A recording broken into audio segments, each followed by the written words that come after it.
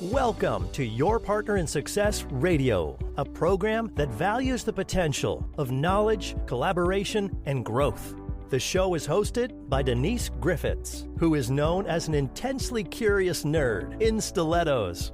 Each Wednesday, she is joined by co-host Ben Gay III, a renowned figure in the sales world. Ben is recognized for introducing The Closers, one of the most popular and powerful sales training materials ever produced. Having been mentored by Dr. Napoleon Hill himself, Ben has gained a wealth of knowledge in sales and life. Throughout the show, Denise and Ben delve into the world of sales, entrepreneurship, and success. Good morning and welcome, listeners, to another episode of the Closers Inner Circle podcast, hosted by Your Partner in Success Radio. I am your host, Denise Griffitts, and together with my co-host, Ben Gay III, we are diving into the world of sales mastery as we do each Wednesday. And today we're diving into a topic that doesn't get nearly enough attention in the world of sales: gaps. You know, people love to discuss wage gaps, income gaps, wealth gaps. But what about the gaps that truly shape our success in sales? We're talking about skill gaps, effort gaps, and talent gaps. So write those down: skill gaps, effort gaps, and talent gaps. So it's time that we decided to shine a spotlight on these critical factors, and they often determine who rises to the top in sales and who gets left behind. The truth is, mastering sales isn't just about luck or being in the right place at the right time. It's about honing your skills, putting in the effort, and leveraging your unique talents to reach new heights. So throughout today's episode, we're going to explore how these gaps impact sales professionals at every level. So whether you're starting out now in your sales career, or you're a seasoned veteran looking to stay ahead of the game because it changes all the time. But again, not so much. Sales are sales, and we'll talk about that. But there's something here for everyone. Good morning, Ben. It's Wednesday. Chatting with you is always my favorite part of the week. Well, I'm glad I get to chat. I've been sitting here quietly, passively, obediently listening. Can I speak with your wife? Now. We're going to have a chat about your attitude. I'm telling you. Good to be with you. I'm looking forward to it, as I always do on Wednesdays. I wake up Wednesday morning, think, all right, today Denise and I get to chat. And goodness knows, I'm going to warn the audience right now, we never know where we're really going to go. We're old friends. We don't have any filters, and we chat about all kinds of things. So it's not going to be a straight linear line. Just come along with us and enjoy it. So we are talking today about gaps. I mean, like I said, people talk about all these skill gaps, wage gap, all these things, but they don't really talk about why these gaps may exist. And I don't know how that's happening, but, you can always improve yourself, get some, find a mentor, read books, study. Let's talk about that, Ben. What's your advice? Well, that's true. And the gaps are obvious. Anybody who's ever stood at the front of a room or, tried to be the sales manager has got to wonder, this is so simple. How come they're not getting it? One of my best analogies is I tell people, when you get home tonight, get a bag of microwave popcorn and put it in the microwave and set it on whatever you set it on. In our case, it's 1 minute and 50 seconds at our altitude with our machine, and hit the start button, and then get out your watch and notice how long it takes for the first one to pop. And then that's sort of your marker. And then you go down to the last one. In our microwave, if you go over 1 minute and 50 seconds, things start burning. So by then, when you open the bag, you find, you knew when the first one popped, and then you heard that gap in the middle, that space in the middle where a whole bunch of them popped. And then you get down to nothing's popping. And if you go beyond that, you'll destroy the whole bag. That's like running a sales organization. Some people will get it instantly. There's always one or two, and that's that talent thing and or experience.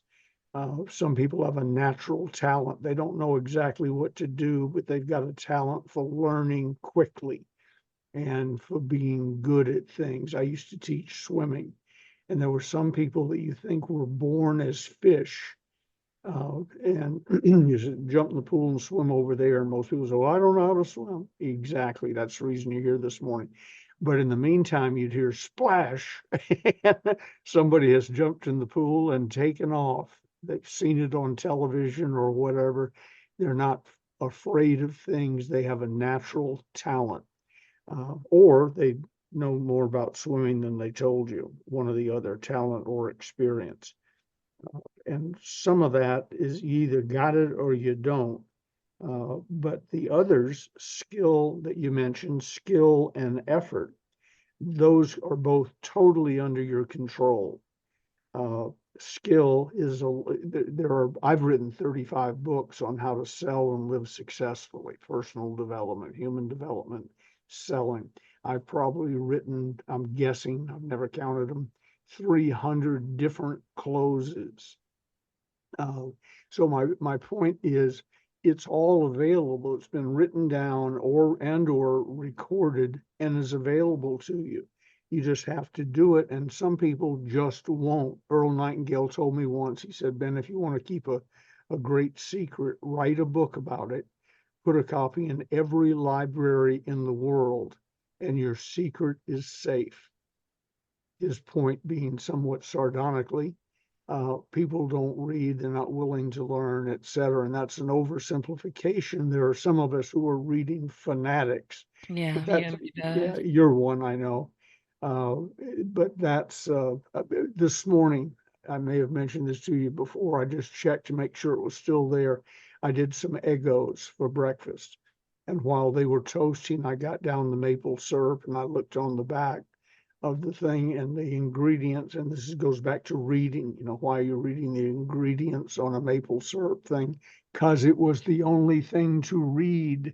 Cereal boxes. Yeah, I had cereal to read box. I hate cereal. I don't eat breakfast, but we were required as children to be at the table.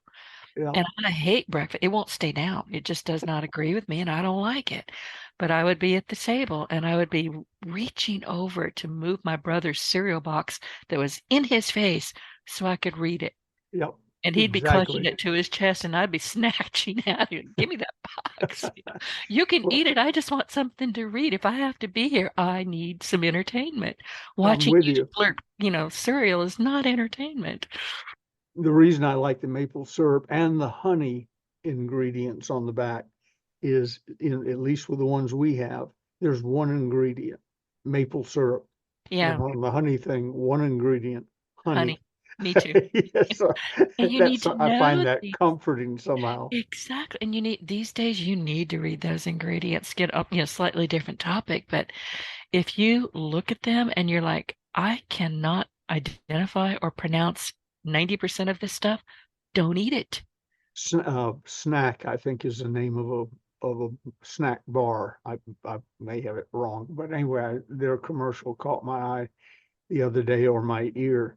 They said with ingredients you can see, and if you've ever seen a snack bar, No, the almonds and the whatever are sticking out of it. They're everywhere. But they said with ingredients you can see and pronounce. there you go. And these days, the stuff that we're putting into our bodies, I think we're becoming more and more aware that it's killing us. It's poison. Well, back to reading. Skill is readily available. It takes practice, but you can get the basic information in your mind. Hundreds, if not thousands, of books have been written. If you throw in how to be successful, thousands of books have been written about how to be successful. A subcategory of that is how to sell. As I said, I've written 35 of those, so I know there's plenty of information around. And other people has Zig wrote several books before he passed. J. Douglas Edwards, all these people wrote it down, put it down. It is available. It is known. So if you don't have the skills, you haven't been trying long enough, or you haven't been trying at all. It's solvable. I have, which I'm a love of reading, I have 5 places that I tend to read, either go there to read or at my desk. There are times when I've got 3 minutes to kill or what have you because of a gap, or the computer connection didn't work properly. We had that problem this morning. In those little gaps, I pick up the top book on the reading pile, and there's 5 reading piles that I have. New book comes in, and several do every day. They go on the bottom of a reading pile, and when they come up, they come up. But I don't have any wasted time. You'll never see me sitting staring ahead, with blank eyes and slack jaw. I'm reading. If I got nothing productive to do with my job or my family, I'm reading. I fill in all the gaps. We used to have a rule when I was growing up. Mother and Dad said never give Ben, because they tended to give me books uh, as Christmas and birthday gifts.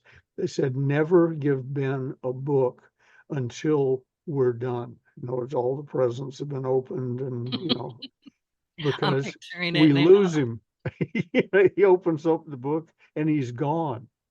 Uh, so when someone says, "Well, I don't know what to do," go to your local, oh yeah, and I don't have the money to buy books. Go to your local library. Believe it or not, if only by accident, they've got books on how to sell. Many libraries have my books, the Closer series. So for free, you can get books and get started. And once you get started, the money will start to come. So skill gap is, I acknowledge there is one. There are millions of them if we start counting individual people. There is one, but the good news, it's 100% solvable. It Effort. is. It Go is. ahead. And how can salespeople identify their own skill gaps? I mean, you don't know what you don't know. Assume that you don't know anything. All right. I don't go through a sales book when I get a new one from a friend. I don't go through it looking for things I don't know. I go through all of it. And the reason I do is I get refreshed on things, yes, and I get phraseology that perhaps I haven't thought of ever. Uh, I might even steal it and put it in my next book. No, no, no. We relocate. Well, yeah, we Words research. matter. Yeah, words matter. I Chris, do the same thing with the books that come here because I have a lot of books on sales. I have a lot of books on leadership, a lot of them. Every individual who has written this book has their own way of communicating with yep, me. And I take that very much to heart. the I just got a book the other day from Dr. Criswell Freeman, and it's The Salesman's Book of Wisdom. Uh, Probably you should make that the salesperson's. See how sensitive I'm getting? The salesperson's Book of Wisdom. I caught that. I was trying not to, I call it kersnorkeling. It's a rude sound that I make. But here's one. I just opened the book, page 72, and these are quotes. Uh, but the top one, by Herbert Marcus of Neiman Marcus. There is never a good sale for Neiman Marcus unless it's a good buy for the customer. Now, Mhm. that was worth opening up the book, and I'll put it somewhere in my subconscious vocabulary, and it'll probably pop out at some time. One of my favorite Neiman Marcus stories is, pardon me, it was Nordstrom's, but the same concept. Somebody walked into Nordstrom's, the original store, with a tire to return because the original business was tires, and the original business in that store was selling tires. I think it's in San Francisco somewhere. But anyway, they walked in with Nordstrom, and the person said, the clerk said, "Do you remember how much you paid for it?" And whatever, $39.99. Super. Wrote up, you want cash or do you have an account? You want cash or credit? And solidified the deal and gave them the $39. Nordstrom hadn't sold tires in, at that point, 20, 25 years. But you're a customer and you're going to be happy before you leave this store. Oh, again, quoting Herbert Marcus, never a good sale for Neiman Marcus unless it's a good buy for the customer. Now, that was worth picking up Dr. Freeman's book this morning, even if it was only popped up in the middle of a conversation between you and me. Speaking of returns, I worked at Macy's in Atlanta. It was called Davison's back then, but it was Macy's. And our big rival and who dominated the business was Rich's. And they're now out of business for some bizarre reason. I guess just department stores don't make it anymore, but they dominated the southeastern United States. And when you said you worked for Davison's or Macy's, you sort of whispered it because you didn't want them to say, why don't you work at Rich's? They're far better. My mother, I would give her my employee discount at Macy's. And she said, well, I appreciate that, but I really want to go to Rich's. I said, we sell the same stuff. We get them from the same people. We have the same guarantee. She said, I know, but if I really had to return something, I said, Mother, we have the same guarantee. I know. And she'd pat me on the arm and walk away. The conversation was over because Rich's had created a brand of we make our customers happy no matter what. And they had a return window on Peachtree Street, a display window of things they had taken back over the years. High top shoes that were sold, Rich's, somebody sold them to somebody before the Civil War. Somebody found them in an attic, took them back to Rich's and said, blah, blah, blah. How much did you pay? Well, I don't know. It was my great grandmother. How much do you figure she paid? What would you take? They gave her the money and put the shoes in the window. What used to crack me up and make me mad, our brand for, private label brand for steam irons and electrical appliances was AMC. I never knew what it stood for, but that was our brand and everybody knew it was our brand. In the window at Rich's were several AMC products that people had taken to Rich's to get their money back. And rather than saying, oh, that came from Macy's, Davison's up the street, they gave them credit and put it in the window. And Their that's marketing team knew what the heck they were yeah. doing. My mother, that's I know if I buy it from you, I know you say it's guaranteed, but I know Rich's takes back your stuff. It's in the window. So that's did they ever make a museum piece out of that? That would make a great museum. they're out of business, so I don't know what happened to the stuff in the window, but it was they were just almost unbeatable. Roughly the same pricing, and we would match any price, as would they. So roughly the same pricing, the exact same products. Our private label stuff was made wherever their private label stuff was made. There are companies that do nothing but private label work, shoes, appliances, whatever. So everything was the same, but they had, canned food, same thing. Yeah, exactly.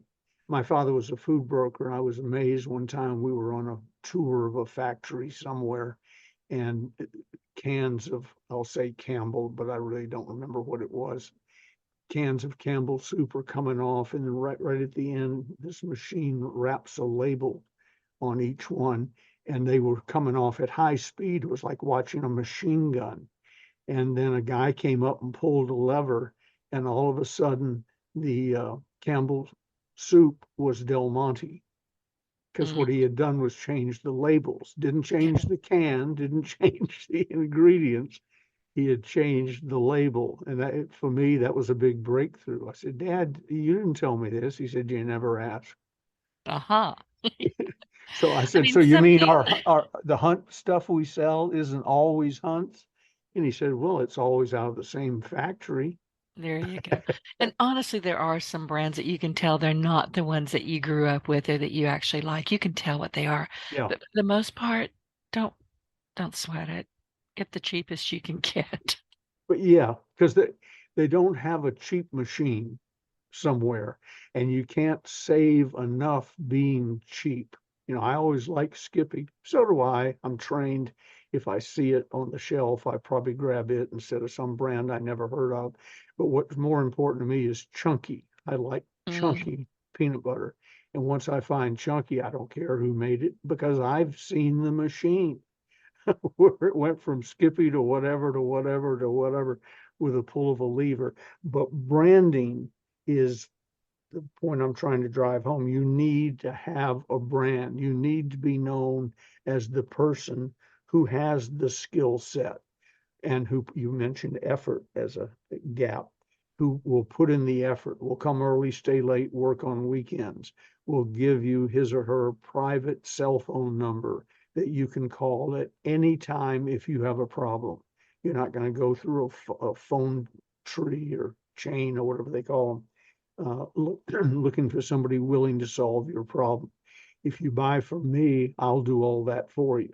All you have to do is tell me you're unhappy in some way, and we'll solve the problem. So that's the effort gap, but there's many, many shades of the effort gap. When do you get there? How long do you put in? Do you go to the meetings and try and learn? That would be the effort gap. And the skill gap, but totally fixable. And the talent one is fixable if you have enough skill and effort, because you will over time develop the talent. You may not be a natural. Zig was a natural. He came out of his mother's womb laughing, giggling, and telling stories. And he had just a wonderful personality and the ability to communicate it effectively. So he was a natural. I was not as good a speaker, or I was voted wittiest in my senior class in high school, most popular this, funniest this, and so on. And then I met Zig and discovered, oh, you're not funny at all. That's funny. You're not funny, but you can get funny. That's when I started carrying his water pump around. Our deal was I'll carry it into meetings so you're not seen carrying it, which you shouldn't be, and you're not getting rust all over your suit. I'll do that. In exchange for, I get to sit on the front row and have lunch or dinner with you any day you give a speech where I can ask you questions. So slowly I developed some what appeared to be natural talent. It really wasn't, and increase my skills. And effort is just, that's the easiest of all of them to fix with self-discipline. Come early, stay late, work on weekends, spend your time around people who are successfully doing what you want to do, and watch what they do and take notes and read the books and listen to the recordings and go to the seminars. And that And doesn't mean to say that you need to copy them. There's nothing worse. People will come to me and say, Denise, I need a website and I want it to look just like this one. No. no, And I can do better than that. we And can do better. Is yeah, right. and B, why would you want to do that? You know, there's, if that were true, there would be one super website in the world and all of the websites would look just like it. Oh, we're talking about Amazon now. Yeah, yeah, Yes. But no, exactly. you're right. And when you're talking about, skill gaps, and you've got to do the work, and it really shouldn't have to be work. You're reading, like with Zig Ziglar, you were out there watching him, having lunch with him, having dinner with him, hauling that pump around. But look at the stories that you've got, and look at the wisdom that you were able to kind of chip off of him, and put it on your own children. Say, I can do this. Yep. You didn't copy him. You've never copied him, but you made it a point to absolutely learn from him, and then you taught other people. So you're right, these are all doable things, but you have to want to do it, and you have to have a strategy for it, or 3 strategies. And you need to have, I love what you just said, the self-discipline to Yeah, do all of these things. that's one of the thing. I don't have it because I do so much of it. I don't need to write it down. But in my daily success system that Dr. Napoleon Hill helped me demanded that I develop, you put aside time for things. And if reading was a problem for me, I would have on my calendar reading, parentheses, 30 minutes. move up. That means do it and move it up to the next day. And for those of you with computers and so on, you can put it in once and be done with it. I personally like to operate with a written daily planner, one full page for every day. And then there are things today, for instance, highlighted in yellow, it says 10 a.m. Denise show. And then if I flip up a few Wednesdays, I'll come to one that says 10 a.m. Denise show dash move up 3 or 4 weeks or whatever. So it's always there in front of me. On a personal note, I've also taken out the garbage and the grass clippings. Those are two separate endeavors today. And I have fed the fish in our fish pond. They really appreciate a disciplined approach to feeding them so they don't starve to death.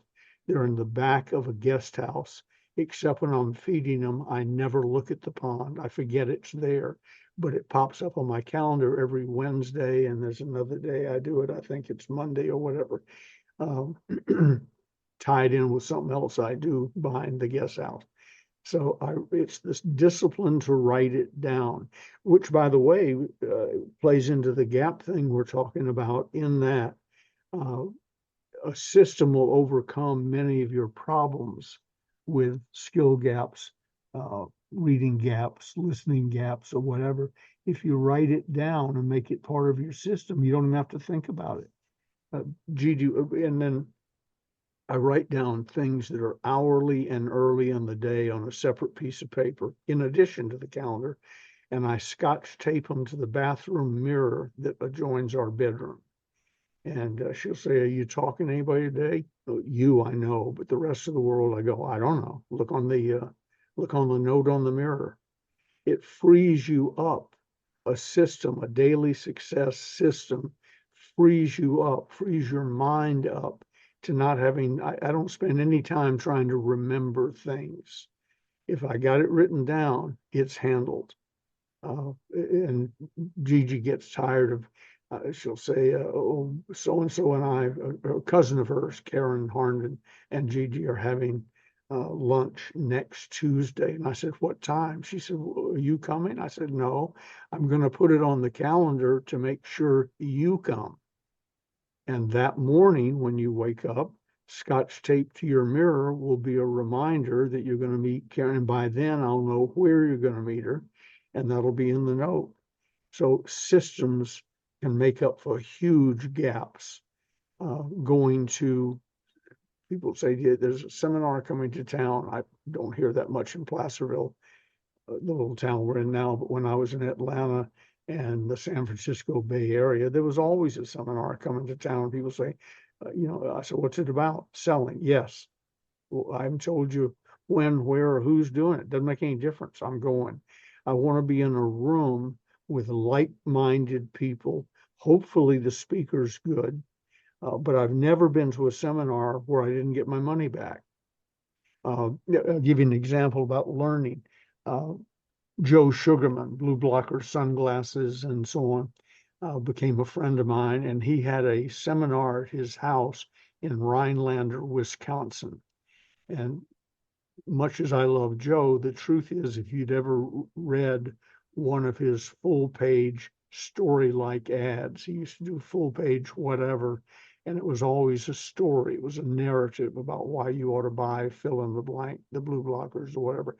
Well, I discovered after getting there rather quickly that it was, if I'd read the ad, I pretty much got it. All he did was explain the ad over and over and over again in great detail.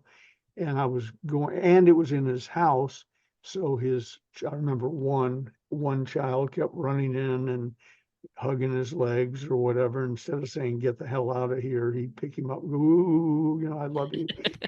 Well, I love him too, but I paid $3,000 to Right. this thing. Put the kid in the closet. Yeah, exactly. Bound and gagged, put him in the closet. But with my $3,000, and that's about $25,000, $30,000 in today's money versus when I went to Rhinelander, Wisconsin to this thing, it was one of the most valuable seminars I ever went to, How because so? because I was in a room with people who could spend $3,000, Right. 30,000 to go to a seminar that puts you in with a little more interesting crowd than the 1995 people at the Holiday Inn. And so he was the head of this. I remember the chairman of the board of Sinclair, the motor company, oil company, gas company. But sitting right next to me was Joe Carbo, Lazy Man's Way to Riches, the man who created what Sugarman was doing. Long involved ads and that you'd love to read and so on. And I said, "Hi, my name's Ben Gay." He said, "I'm Joe Carbo." And I said, "Oh my God, my seminar is now," and I didn't know yet it was going to be a bad seminar. But I said, "I've just gotten my seminar money back." I said, "Here's the deal," because there was a hotel nearby that we were all staying at, and it had a nice restaurant and a bar. I said, "You are buying no meals." They serve breakfast and lunch at Carbo's buffet, at Sugarman's buffet style. But at the restaurant, we were on our own. I said, "You're paying for no meals and no drinks." It was sort of like a Zig Ziglar deal, but I am nailed to your side. He said, "Deal." And shook my hand. He didn't try to shove you into the closet with the kid. No, he said, "No, for You drinks." got And it lucky. turned out Carbo was a pretty good drinker. So I should have just said meals, but it was Zig. See, drinks and dinner didn't mean much because all he ate was dinner. So anyway, I attended three seminars that were wonderful at that one seminar. One, all the people I met, some of whom I'm still in contact with if they haven't retired or died, Joe Carbo himself, and then some stuff from Sugarman. It was just he could have phoned in what he shared with us, and the But he kids, got you all together. but he got us together. Right. And I learned so much at that session. So there's an example of skill gap closing. Uh, when I ask a question about advertising or marketing, I frequently go, "What would Carbo do in this situation?" And I've got a binder full of Carbo ads and some Sugarman ads, but you can't tell where one stops and the other one picks up because Sugarman blatantly took his ads. Now, before that sounds like criticism of Sugarman, I sold 10.5 million copies of the closers with a full page ad in all the trade magazines, the sales magazines, success magazine, entrepreneur, etc.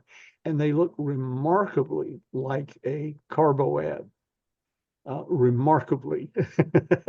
So And you just changed a few words around. well, I changed all the words. The layout and the look was the same. And I laugh.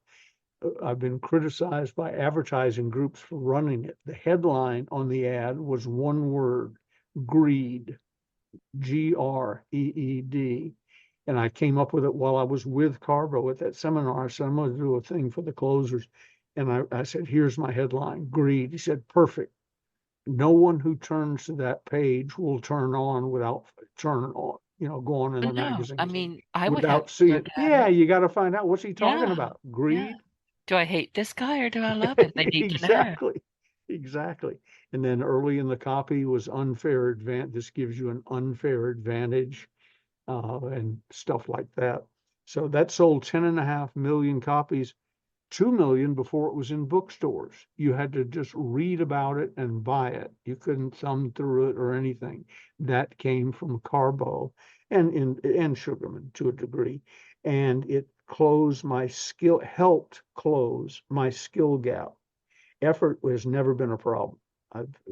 Self-discipline sometimes is, but I've always been. I won a national sales contest year long over Zig, and thousands of other people, but Zig came in second. And the difference was I got up early, I stayed up late, I worked 7 days a week, including weekends. And the difference by which Jimmy Rucker and I topped Zig and his partner, Mel Lanius, was the difference between the sales Jimmy and I made at the last opportunity meeting of the year-long contest. Meanwhile, I mean, I found that out when I became president of the company and went through the records. That last meeting generated the difference between us, difference between presidency of the company and second place, a Rolls Royce. That Zig got that. And although there were days I would offer him the keys to the front door if he would give me the rolls and take over the job. But the difference was effort there, strictly effort. Zig that night was holding a meeting. He was holding a victory party in Columbia, South Carolina, because he believed he had won the contest. So you never want to celebrate your victory till you have the trophy in your hand and the check has cleared the bank. Mostly the check. Yeah, both. Yeah. Arnold Palmer tells a story about he was on the 18th green, or 18th fairway of a golf tournament, and he was up by 2, and he's Arnold Palmer. I mean, that, the tournament is over unless he's eaten by an alligator or something. And he's coming down the fairway, and a guy who knew him, a personal friend, said, "Arnie." And he went over and talked to him. He said, "Congratulations." He said, "Thank you very much. Accepted, congratulations for the thing." Then duffed his next shot, Oh, came up short on the green and two putted and wound up losing the tournament. And he said, "There isn't a golf lesson in here. There's a psychological lesson. Never take congratulations and credit for something that isn't in the bag." Because he said, yeah. stopping to talk to my friend and accepting the congratulations for my victory is what cost me my victory. That ego thing got in his way. Yep. Wow. I wanted to ask you, Ben, we're talking, and I'm not actually getting notes from people, but I can almost see them coming. You're saying you need to, work all the time, stay late, do this, do that. And I'm hearing people going, but what about my family? What about my downtime? You work all that in. You have Yes, never given up any of that. In fact, you have, in your day minder, you have dates with your wife, exactly. vacations with your wife. You work all that in. Dr. Hill, when he first came to work for me, was, staying up at the house and watching me work and taking a couple of day trips on the Learjet and had, so he sort of got the pace. And he said to me one day, "How do you fit?" And by then he had me on the day planner and the daily success system and so on. He said, how do you handle your family matters?" And that was a very personal question to him because he had had four, I can't speak for the last lady, but I know the pattern. He'd had 4 unsuccessful, unhappy marriages and poor relationships with his children. And so Mr. Success was missing a big part of his life. He would have given anything to have a personal, wonderful family life through all those years. So he said, "How are you doing with your family and all?" I said, "Oh, I fit them in the nooks and crannies."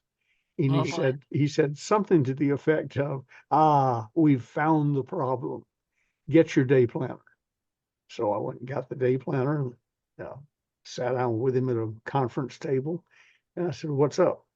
He said, "Well, what we're going to do is we're going to schedule family time with your wife and child." I only had one at the time. And then we're going to fit the business into the nooks and crannies. I said, "Well, I don't know if that's possible. I'm awful busy, busy, busy, busy." And he said, "No, it's possible. You've heard that the work will expand to fit the time allowed, and that's a negative, that it will, in fact." He said, "It also will contract to fit the time allowed. If you only have 2 days to put a talent show together, you put it together in 2 days. If you have 14 days, it takes late into the 14th day to put it together. It will adjust." So he said, he said, "I hear you talk about the coast a lot." And I said, "Oh yeah, Carmel, Mendocino. We love the Northern California coast." He said, "When you go over there, what do you do?" I said, "Well, we don't go as frequently as we should, but when we go, 4 days is about all I can take not doing something." And this is before cell phones and laptops and all, when you were at the coast, you were out of contact unless you phoned in from a payphone. And I said, 4 days is about what I can do and we're comfortable with. So he said, all right, so you're going to go over on a Wednesday night after you put in a full day of work. You're going to be there Thursday, Friday, Saturday, Sunday, and then come back Sunday night or early Monday morning. Would that be a nice weekend? I said, yeah, that would be perfect. That's sort of what I'd like to do, and we actually do it occasionally. He said, well, you're going to do it 4 times this year. Open up your calendar. And we went through the calendar. We blocked out 4 long weekends. Then how many times do you have dinner with your wife? And I'm using wife because it wasn't Gigi. It was my first wife, Marcia, who's passed away. He said, how many times do you go out with your wife for dinner? And I said, oh, almost every night. He said, no, without distributors and employees. I said, oh, hardly ever. I like the way you said that, hardly ever, like a little little boy voice. You knew you were in trouble. Yeah, he got me. So he said, well, let's pick out, a night. And I think we picked the standard Friday night at first. Uh, he said, you'll be doing less work. I know you work, but you'll be doing less work on the weekends. And late Friday afternoon is sort of part of the weekend. So let's block out Friday nights as date night. And you can't take away a date night if something important comes up without replacing it that week with another date night. In other words, you can't say commit to something on Friday without adding it to Wednesday, for instance. And the 4-day weekends at the coast, those are sacrosanct. Nothing takes away from those. And I started to say, well, what if, he said, nothing, you got a year's notice in advance and we just put an X in your calendar, blocking out that day. So nothing interferes. Your own death might be a factor, but short of that, nothing interferes. Well, I'm glad he added that codicil, but yeah, he's Yeah, right. that could be a factor. So I mapped that out. And so when I say work 7 days a week, come early, stay late. And I don't do that with the fervor I used to do it. I was really referring more to people starting out. I'm behind the power curve. I'll never be Bob Zawinki or, whoever the top salesperson is. Yeah, you will. Jim Rohn used to tell a story. He said, if you close 90% of your sales and I only close 70% of my sales, I will beat you. And that's Oh, what he was referring to because of effort. I'll make the uh, extra calls it takes to have 70% beat 90%. I'm doing the math. It ain't working. So explain that to me in Homer Simpson terms. If somebody is closing 90% of the, here's an example. I'll use me. I close 86% of the sales I attempt to close. And that's not taking an order because somebody wanted to buy a book. That's taking an order like I did yesterday where somebody wanted to read a book and see if they wanted to put it in. And before I hung up, they had bought 2,000 books. 1,000 of the closers part 1, 1,000 of the closers part 2, and their little test will be a national test, and then they will go to everyone in their organization. So that's the type of sale I'm talking about at an 86% closing rate. You call because you might want to have Mr. Gay come and talk to your sales organization. Well, that's $15,000. That I count as a sale. I close 86% of real sales, not single books. So now that you know I close 86%, here's how you beat me. I don't work 7 days a week from early in the morning to late at night anymore. I don't have to. I'm prepared to, I just don't have to.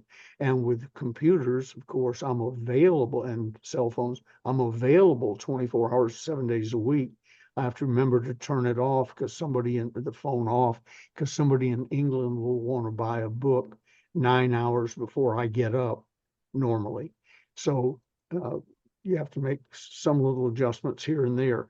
But once you know my closing rate and how I work, All you have to do is get near me in the closing rate and work harder.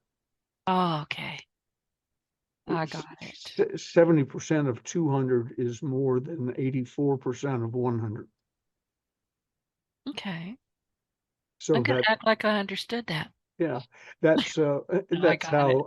that's how I beat Zig. It was only one sale difference, and I wasn't as good in front of a room as Zig was at the time. Some would argue I'm still not, but I have my own style and I do just fine.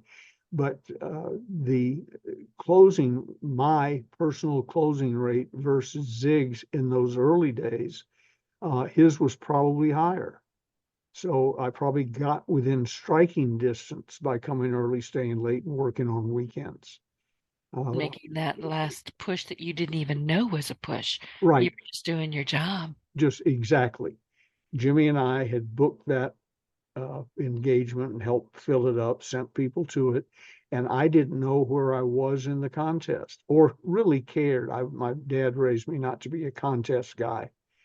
Somebody, I forget who it was, one of his clients, Tubman Thurlow, they import beef from Australia and New Zealand. I think it was them, said one day at a food brokerage convention, I was tagging along with my father. We were going from company suite to company suite. And they said, and Mr. Gay, if you beat last year's volume, and he was, if not their top broker, one of their very top brokers, we will give you a console television.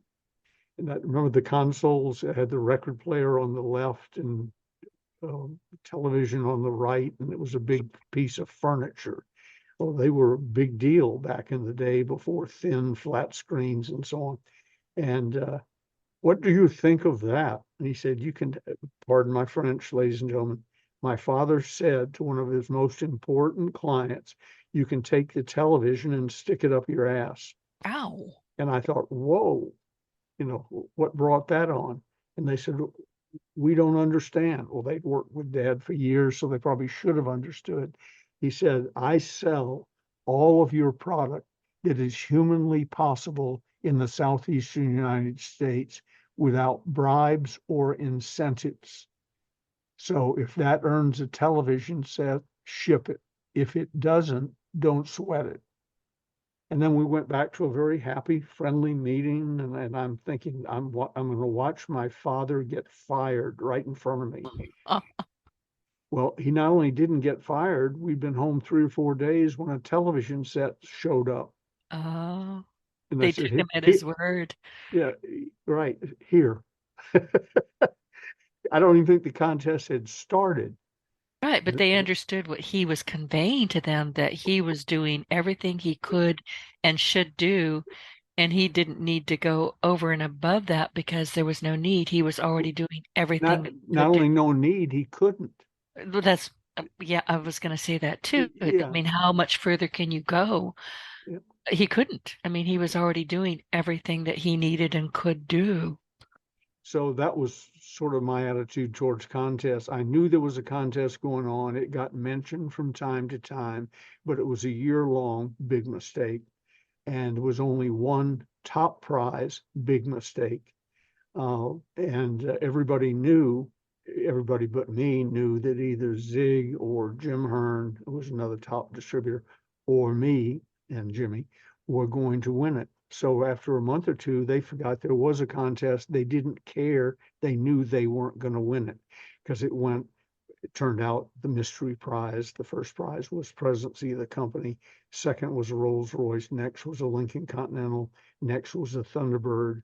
And then it dwindled down into steak knives and desk sets and so on. So even the top distributors quickly figured out they were going to probably get some steak knives out of the deal or a desk set, and they didn't care. I, on the other hand, had the different thing. Rucker and I are working from early in the morning to late at night, 7 days a week. And if that wins something, it wins something. I don't care. And it was hard to get excited about the mystery prize because I didn't know what a mystery prize was, which was sort of the reason when I won it, they called and said, you've won the contest. I said, all right, what's the mystery prize? Well, you have to come to California to just find out. So I flew out to California, met with William Penpatrick, the owner of the company, and rather quickly said, what's the mystery prize? He said, I'm glad you asked. You're going to be president of the company. I said, that's the mystery prize? I said, yeah. He said, yeah. I said, what if somebody had won it that you didn't like? He said, I would have changed the prize. That's the reason it was a mystery History. prize. Yeah. But he said, I know you. I'd done a couple short speaking trips with him and introduced him at some meetings. So we'd sort of gotten to be, we weren't pals yet, but he knew who I was. But that was, oh, and here's a lesson learned from that. Talk about skill gaps. The lesson learned was the reason I didn't know or had forgotten about the contest and didn't really care about it was part my father, and part it was a year long, and part there was only going to be one winner. So I lost interest. When I became president of the company, I ran a contest. If you did X amount of volume, you won a brand new Lincoln Continental. Everybody who hit it won that Lincoln Continental.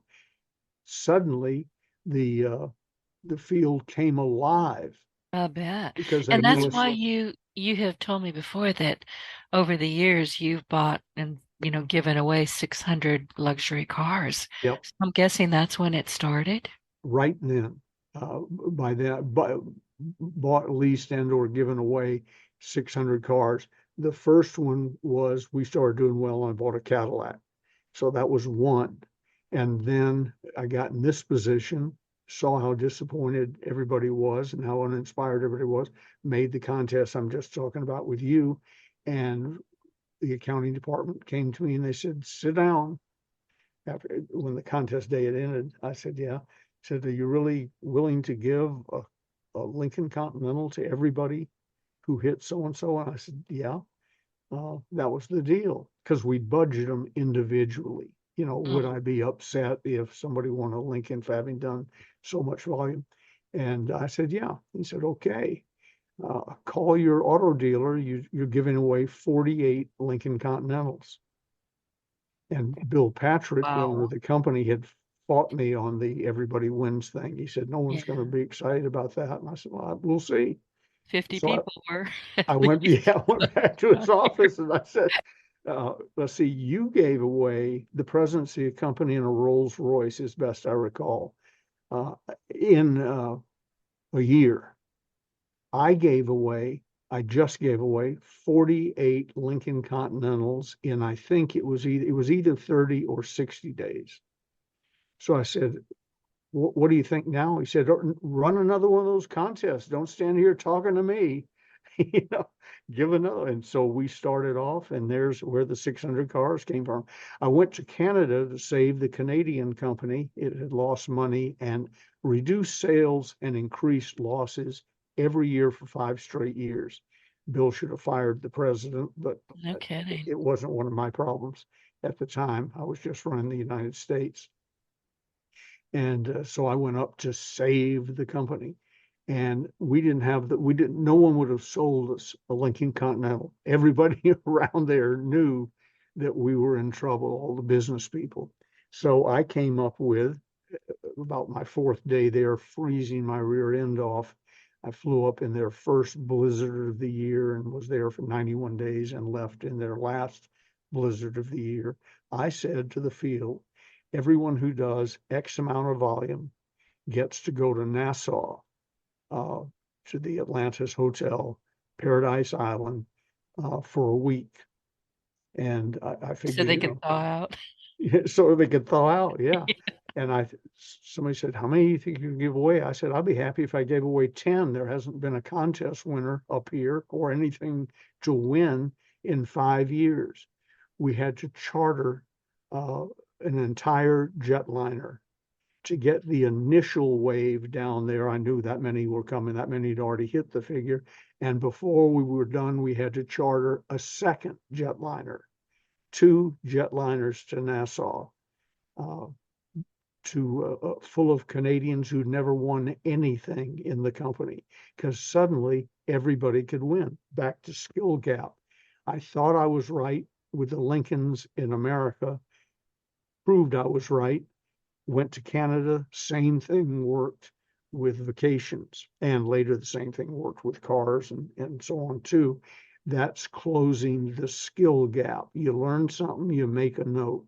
And many of my clients, my mentoring clients, have learned that same lesson indirectly. So we're going to run a contest and the winner's going to get a trip to Hawaii. I said, no, no, no, no, no. You're going to win a trip. Everybody who does a certain amount of volume gets to go to Hawaii. What if 100 people win? Well, if you structure it right, that's great. But you've already done the math. I mean, I'm not sure Yeah, I understand their angst. it's just 100. They probably had a vague idea of what one trip costs, and now you're talking 100 times that. But we're also talking 100 times that volume, plus the additional people who tried to win and almost did. So that's a Even big I thing. got that. So Yeah, it's like, that's okay, a big thing I'm on the skill mathematically gap. challenged. I admit it. I need a calculator for everything. And I just found out yesterday that you could make, ugly faces with your calculator. I didn't know that. Somebody taught me that. I was like, oh, that's cool to know. But Or rude, math teachers used to say, you won't rude always faces. have an adding machine with you. Well, Yeah, yeah, you will.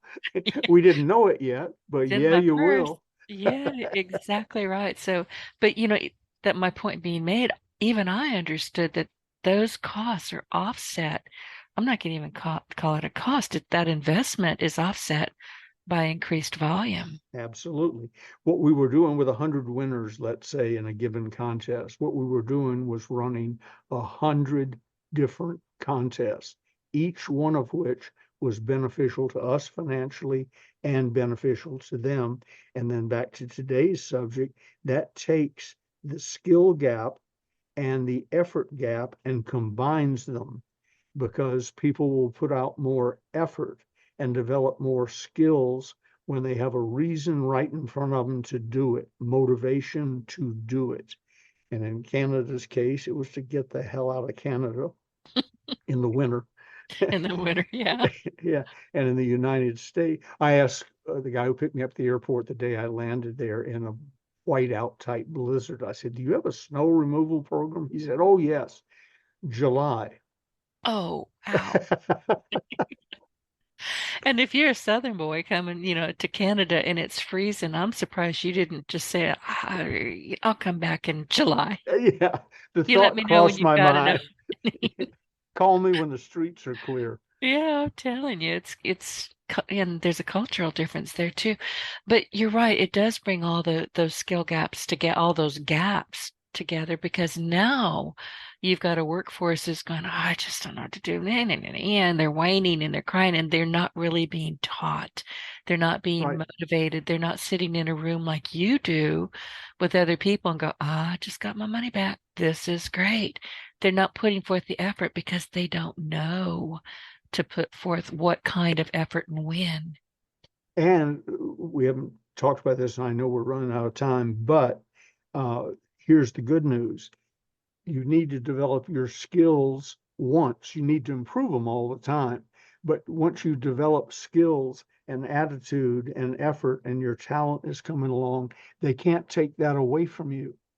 So for me to do something today in an area where I am skilled and experience is far easier than somebody else because I've done it 100 times. How can you get up on stage and act like you're in your own living room and wander around so comfortable? Because I've given 5,000 paid seminars and speeches, and probably another 5,000 free ones to churches and prisons and so on. So that's a skill you can't take away from me. As Gigi says, as long as we can prop you up in front of a camera, we can make a living. Because I love Gigi. I've learned how to talk. Right, right.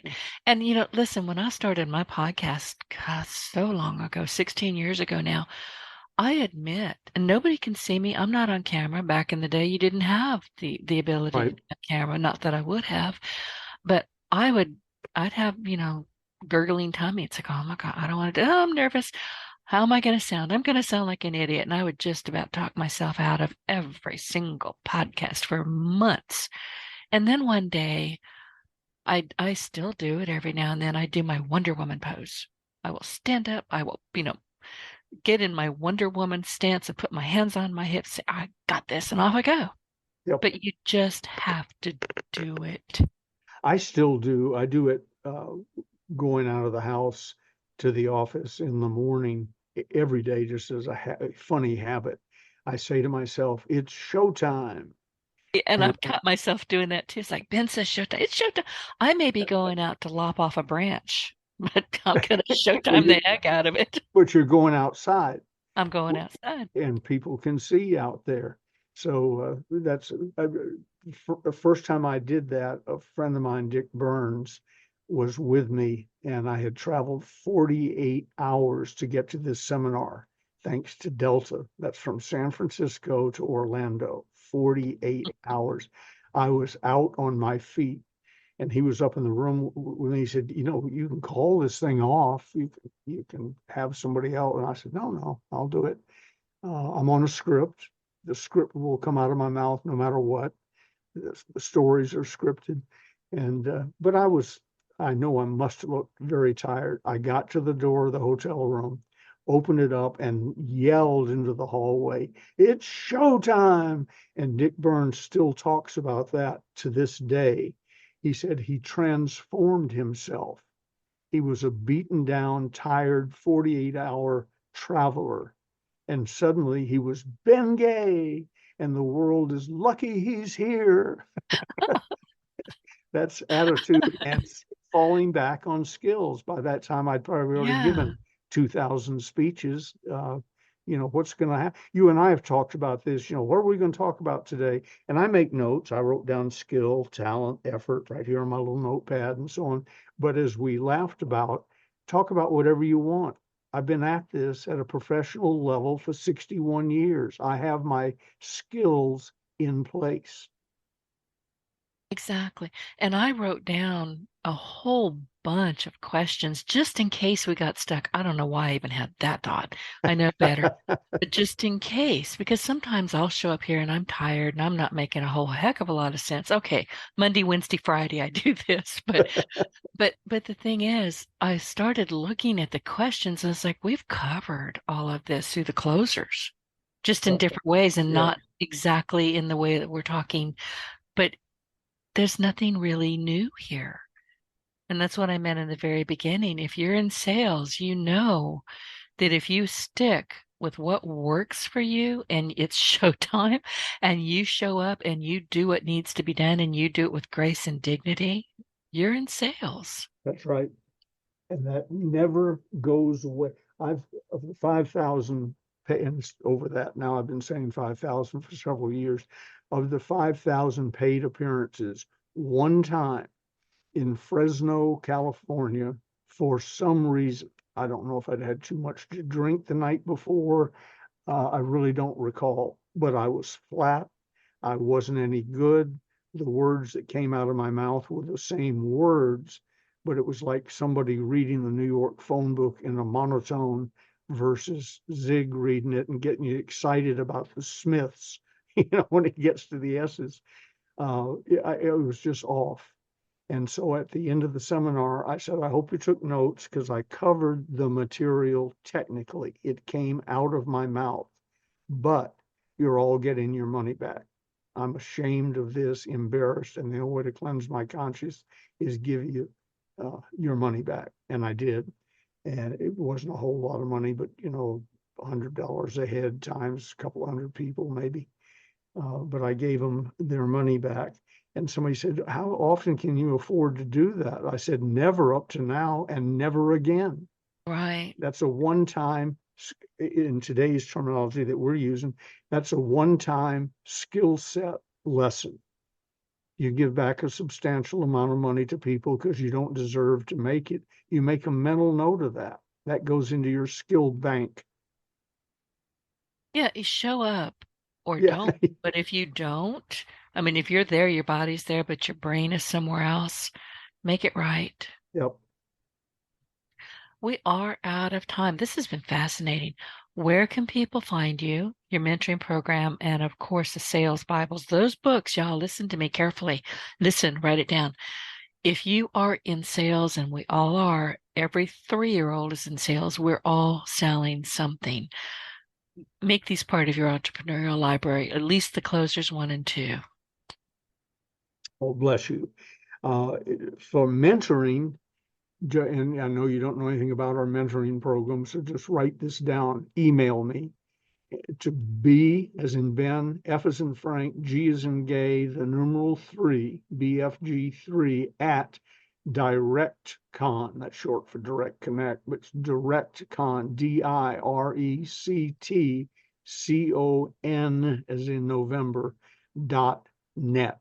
And say something in there about mentoring, maybe in the subject line, and I'll just send you, no cost, no obligation, no phone calls. I'll just send you a form letter cleverly designed to look like I wrote it just to you, that explains to you the mentoring program. Basically, I do for people what Dr. Napoleon Hill did for me for a fee the last 2.5 years of his life, and what so many other kind people have done for me over the years. Earl Nightingale, Og Mandino. I'm the last living connection with most of the giants, Zig Ziglar, etc. And so I'll tell you about the mentoring program. If you want to get the books, and Denise is absolutely right, if you don't have the closers parts 1 and 2 at least, and there's also a 3, 4, 5, etc., and more coming. If you don't have those at least, that skill thing we've been talking about, you can just scratch that off your list. You need to learn how to sell, and you do that by going to stores, STORES eBay.com/Ronzoni Books, RONZONE Books, BOOKS, but all one word. Go there. It'll show you what we're currently offering. I recommend them all, or they wouldn't be there. At least get parts 1 and 2. At least. Now, Denise, Absolutely. tell them what you're up to, dude. Oh, geez, what am I not up to? I'm doing, this podcast has been part of my life for 16 years, and I love it. And that's why you landed here. You came here as my guest many, many years ago. We formed a very tight friendship, and you're one of my top favorite people in the world. I've got 5. You're in the top 2. It varies from day to day, but you're in the top 2. So I'm sorry. I didn't mean to say don't try to pin me down.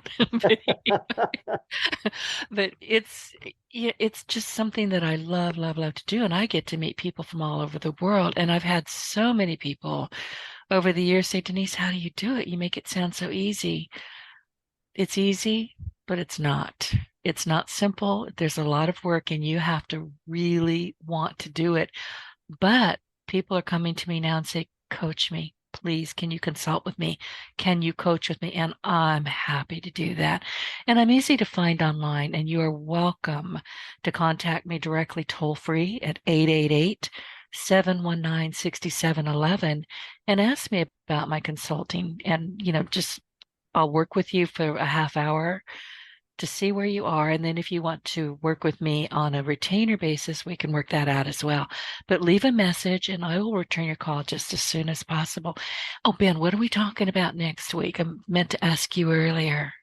Well, why don't we talk about what we planned, what I thought we were going to talk about? Again, it doesn't make any difference to me. I'm like John Wayne. Tell me which hat to put on and what door to come through. And which horse to smack. Yeah, who do I hit? That's good. I'll add that and pretend like he said it. Let's do sell the benefits starting on page 21 in the closers part 2.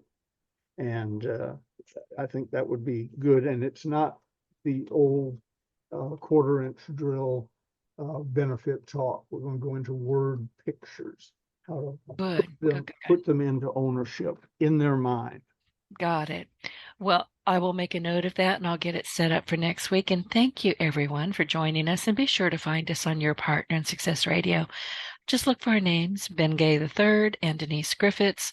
You cannot throw a stick on the internet without hitting one of us. So thank you for being with us. Send us your questions, by the way. We love to answer questions on the show. Ben, I will see you next week. Looking forward to it. Take care and be safe. I will. You as well.